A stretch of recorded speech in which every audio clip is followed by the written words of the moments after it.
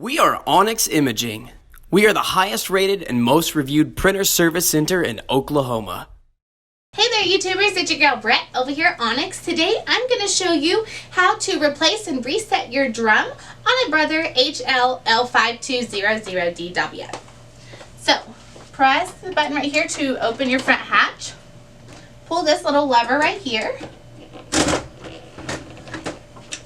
And then you want to release the toner from the drum. So you're going to press this green button right here. So it separates the toner, then your drum. Put your toner to the side, unbox your new drum, get it out, stick your old toner in with your new drum, right where you released it. Once you hear it click, you know it's in. And then you want to take your drum unit and move this little tab along the side once or twice, and then make sure it's back in its locking position.